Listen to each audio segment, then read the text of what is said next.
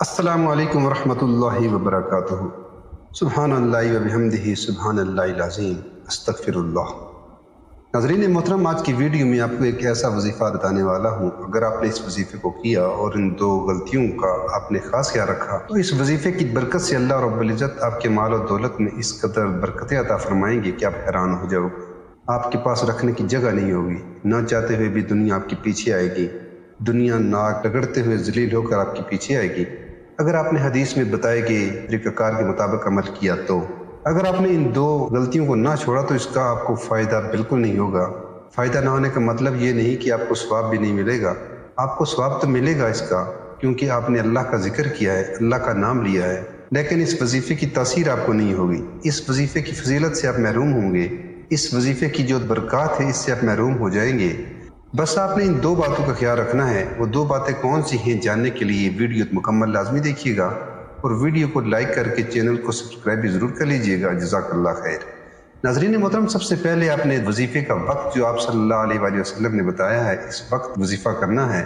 آپ نے صبح صادق سے لے کر نماز فجر کی فجر تک یہ عمل کرنا ہے۔ اس کا مطلب یہ ہے کہ آپ نے نماز فجر کی فرائض سے پہلے آپ نے یہ عمل کرنا ہے۔ نماز فجر کی سنتوں سے پہلے بھی کر سکتے ہیں، اور اگر وقت ہو تو سنتوں کے بعد بھی کر سکتے ہیں۔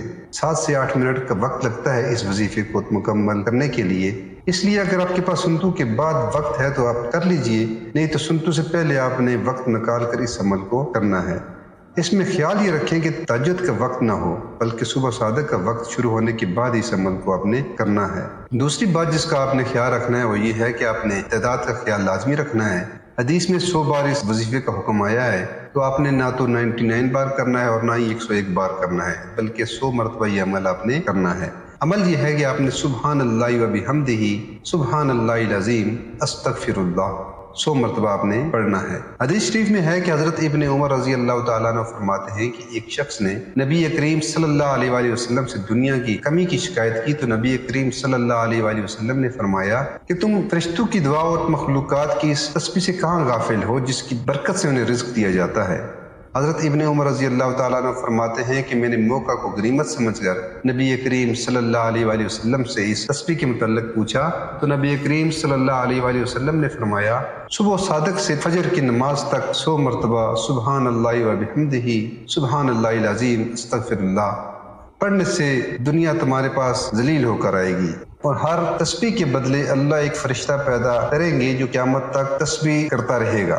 تو اس صحابی رسول نے اس تسبیح کو پڑھنا شروع کیا تو اللہ نے بے بہا رزق سے نوازا، اتنا مال و دولت اللہ پاک نے عطا فرمایا کہ ان کے پاس رکھنے کی جگہ کم پڑ گئی۔